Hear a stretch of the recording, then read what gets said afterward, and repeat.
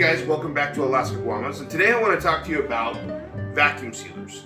Now everybody's familiar with the FoodSaver. It's the one where you've got the bags that have the crisscross lines on it and you put it into the machine and it goes into a little hole, you close the lid and it turns on a vacuum and it sucks all the air out.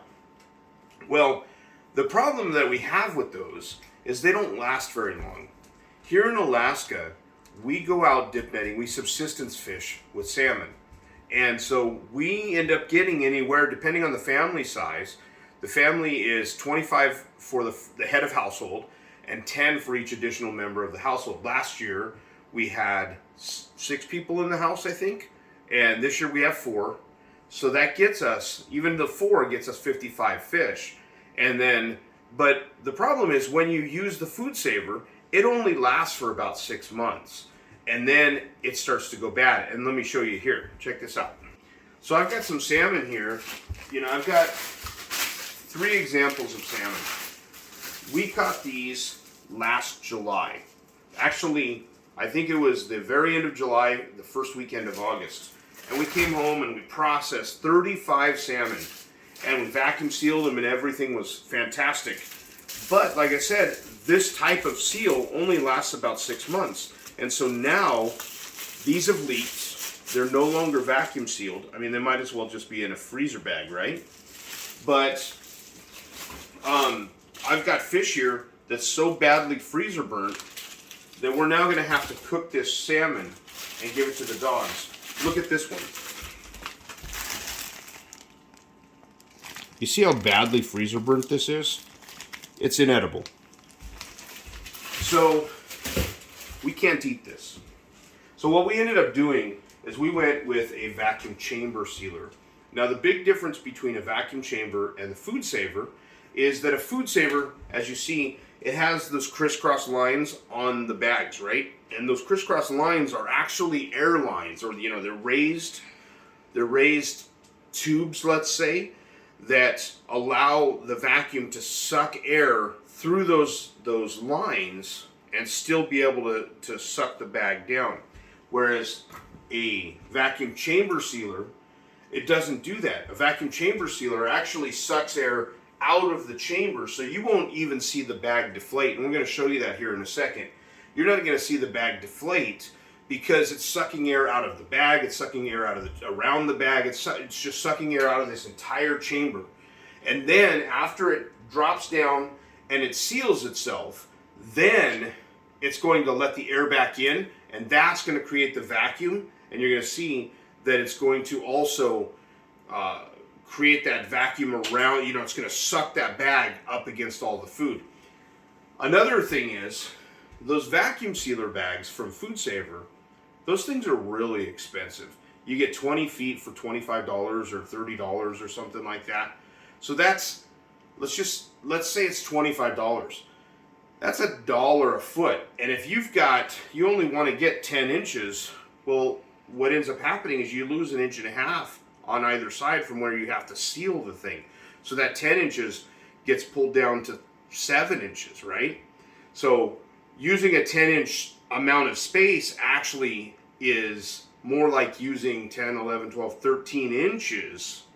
So now you're spending more than $1 a bag on those, whereas these bags here, these are the ones that came with this particular FoodSaver. I'm sorry, this particular vacuum chamber thing. But these are Mylar plastic. They don't have the lines. They're 3 mil. They're thick. And as you're going to see here in a minute, once we get this filled up with some meat, it's just going to seal right down and suck in, and it's gonna hold fresh for 2 to 3 years as opposed to 6 months. So let's take a look at this. One of the things that I do is I will go to the store and I'll buy bagged meat. And I don't know if you don't know what bagged meat is. It's like buying a whole chuck roll. So you'll get, instead of a chuck roast, which might be 3 pounds or whatever, I go and buy a whole chuck roll, which is the whole chuck, which is between 17 and 21, 22 pounds. And then I'll go buy whole briskets. I will buy whole New York strips, and I will buy whole ribeyes, and then cut my own steaks out of the New Yorks and the ribeyes. Brisket, I tend to grind, and I have my own grinder, and so I grind my own hamburger. And this right here, this is a chuck that I bought, a chuck roll. I cut a bunch of this meat into carne asada sized meat, because that's typically what we'll do with chuck. And again, I personally think ground brisket is amazing. It's fantastic for hamburgers, and maybe one day I'll do a video on what I do for my hamburgers. Because I've always been that guy that I absolutely hated homemade hamburgers. And maybe it's because when I was growing up, my grandma, our homemade hamburgers were something that looked like a ball. It never was a patty. It always like clumped up into a ball, and then my grandma was put it on Wonder Bread, and it would get soggy in the middle, and I hated homemade hamburgers. And then one day I said to myself, there's got to be a way to make a homemade hamburger that I'm going to like, because I like hamburgers at the store, so or at the restaurant, why wouldn't I be able to do that? So I went through and I just started playing with some recipes, and eventually found some stuff that I really, really like. And I do my own version of smash burgers on the griddle that you saw in the taco video. One of the things that we have are these little bags. I showed you the bigger bags. These are the little ones.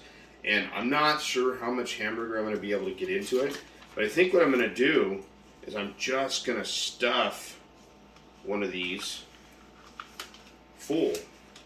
Now, my family at this point is only 4 people, as I mentioned earlier. And so I think what I'm going to do is I'm just going to stuff one of these as full as I can get it. I was going to use these cups and try and get 2, but I can't get those cups in here. And I'm hoping that just stuffing one of these full and getting it as full as I can, but still sealable. Let's see what happens here.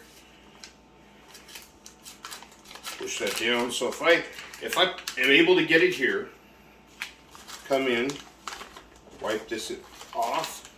That theoretically should be enough for one meal for a family of 4. And if it's not, I can pull out 2.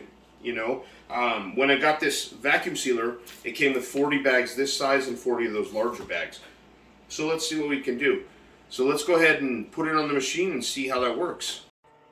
Alright, so what we're going to do here is basically we're going to put this meat down on this tray, put it across our seal bar, and roll this back here.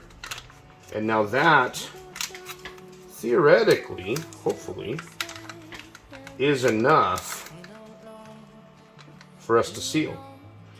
So what we're going to do is we're going to turn this on right here, and actually preset 1, I think we close the lid. Preset 1. Now come on up here, and you're going to see it's sucking everything out of the chambers. And it should, there we go. There comes a point where you can let go of it. And so now, as it sucks enough air out, you're going to see that this seal bar is going to come down, it's going to seal it and release the air back in, which will cause that whole bag to suck down. You don't know, it's not fair. All you know is, darling, that we're faking. You don't know, it's not fair. We're all having fun, bathing in the sun. We're all building castles in the sand. We're having fun, we're having fun.